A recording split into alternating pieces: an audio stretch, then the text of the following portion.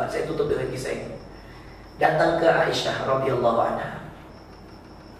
Seorang wanita bawa 2 anak perempuan. Hadis sahih Muslim, riwayat Muslim.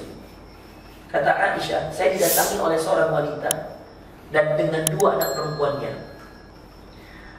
Lalu kemudian wanita ini mengatakan, adakah makanan untukku wahai istri Rasulullah, Ummul Mukminin, ibunya orang beriman? Maka Aisyah masuk ke dapurnya. Maka ditemukan Pak, 1 butir kurma. Bukan banyak, 1 butir. Maka Aisyah mengatakan, saya tidak punya apa-apa kecuali 1 butir kurma ini. Lalu kemudian diberikanlah pada ibu itu. Subhanallah, boro-boro dia makan 1 atau setengah. Dia bagi 2 kurma itu di depan Aisyah radhiyallahu anha. Lalu dia berikan sepotong pada anak yang satu, sepotong pada anak yang lain. Maka 2 anak ini makan. Dan dia, ibunya, tidak makan apa-apa. Heranlah Aisyah. Pulanglah orang itu. Aisyah itu Pak, hebatnya, cerdasnya dia, Masya Allah. Semua kejadian yang terjadi pada dia cerita pada Nabi supaya jadi ilmu. Itulah hebatnya Aisyah. Maka wanita paling banyak meriwayatkan hadis Aisyah. Dia nomor 4 setelah Abu Hurairah, Abdullah bin Umar, Anas bin Malik, Aisyah, Abdullah bin Abbas, baru pada Jabir bin Abdullah, baru Abu Sa'id Al-Khudri. 7 periwayat hadis terbanyak ini. Dia nomor 4. Dan Aisyah itu Pak, nomor 1 di kalangan perempuan. Tidak ada perempuan sampai hadisnya 1000 kecuali Aisyah. 1600 sekian Aisyah. Maka ceritalah kisah tadi Pak, dicerita ke Nabi. Coba ini hadis Muslim loh ini ya, hadis sahih. Ya, ambil hikmahnya. Jangan sampai kalian terlewatkan kisah menarik ini. Dia ceritalah ke Rasulullah, ya Rasulullah, datang seseorang bawa 2 anak perempuan, minta makanan. Saya cari di dapur tidak ada makanan kecuali 1 butir kurma. Lalu saya berikan 1 butir kurma itu kepadanya. Saya kira dia akan makan. Ternyata dia bagi 2. Dia berikan kepada 2 anaknya, sepotong yang satu, sepotong yang lain. Maka bagaimana pendapat beliau Rasulullah? Kata Rasulullah SAW, telah dijamin bagi wanita tersebut karena sayangnya kepada anak perempuannya surga oleh Allah dan dia terhindar dari api neraka. Gara-gara sebutir kurma yang dibagi 2, dia ikhlaskan untuk anaknya. Ini mohon maaf Pak, kalau kita berpikir egois, dia bisa makan aja itu kurma. Tapi dia ikhlaskan. Kata Rasulullah, dia dijamin masuk surga dan terhindar dari api neraka karena kebaikannya untuk anaknya itu. Makanya ada hadis terpisah, siapa yang punya 2 anak perempuan, 3 dan seterusnya, lalu dia perbaiki pendidikannya, dia perbaiki agamanya, maka dijamin bagi orang tuanya surga. Dan itu tidak berlaku di hadis anak laki-laki Pak, khusus anak perempuan. Tidak ada hadis 2 anak laki-laki, 3 dan seterusnya, orang tuanya dijamin surga. Nah, yang ada 2 anak perempuan, syaratnya memang 2 ke atas. Kalau cuma 1 anak perempuannya belum masuk dalam hadisnya. Iya, itu hadis. Karena begitu sulitnya menjaga anak perempuan, dan di tengah kesulitan itu dia masih membagikan kepada kedua anak perempuannya. Nah, itulah yang saya katakan, meluaskan kebaikan, melakukan amal soleh sekecil apapun, bahkan ketika kita mendahulukan anak kita dalam kebaikan-kebaikan yang baik, memberikan dia makanan yang baik, memberikan dia minuman yang baik, pendidikan yang baik, itu bagian daripada amal soleh. Maka jangan pernah remehkan kebaikan sekecil apapun, luaskan kebaikan itu di hatimu, luaskan kebaikan di dalam amal soleh. Saya kira itu Bapak Ibu sekalian yang bisa kita sampaikan pada kesempatan hari ini. Inti dari ceramah kita adalah teruslah berbuat baik, teruslah berbuat kebaikan sampai Allah mengatakan padamu kembalilah orang baik. Itu akhirnya ada di dunia ini tersisalah nama baik.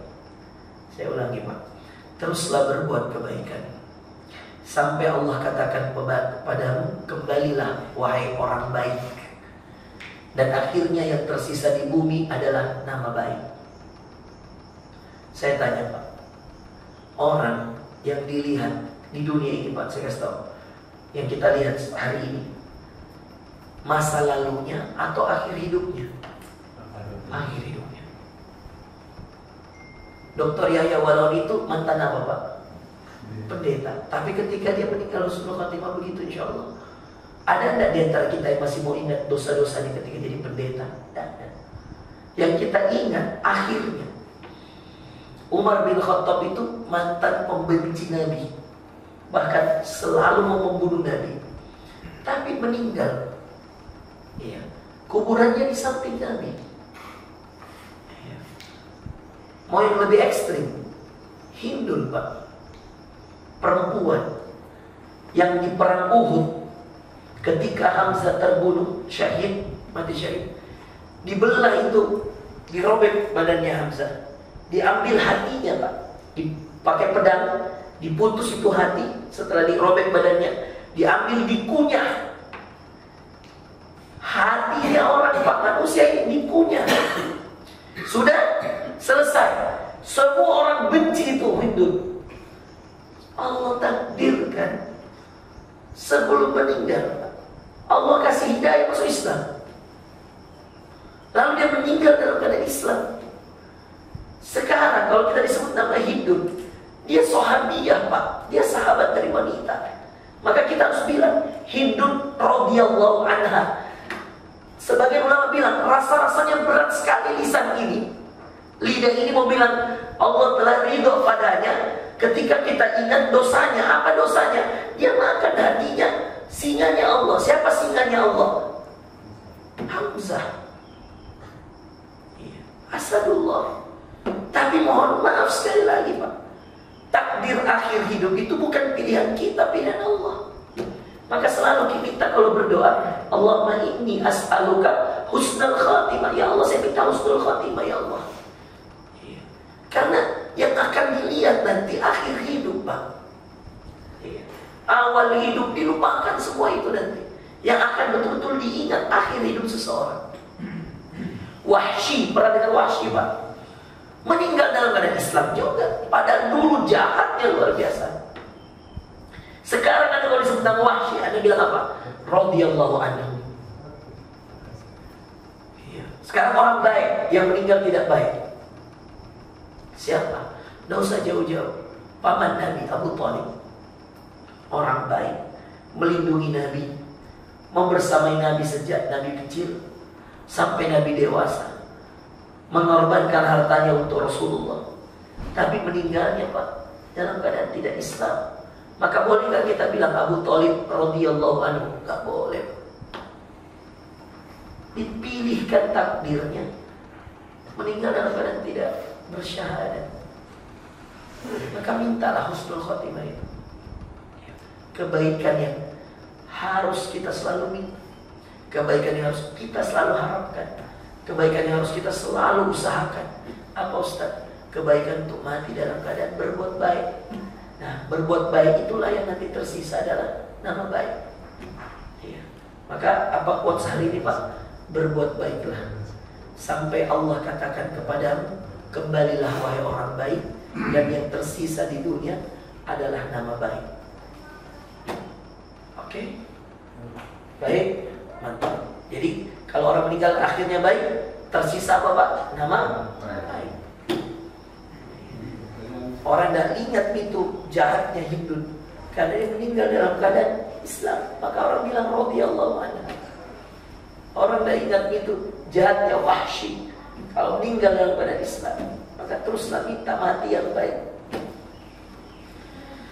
Itu saja Bapak Ibu sekalian. Subhanakallahumma wa bihamdika asyhadu an la ilaha illa anta astaghfiruka wa atubu ilaik.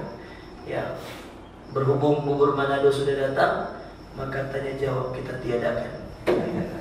Barakallahu fikum. Assalamualaikum warahmatullahi wabarakatuh.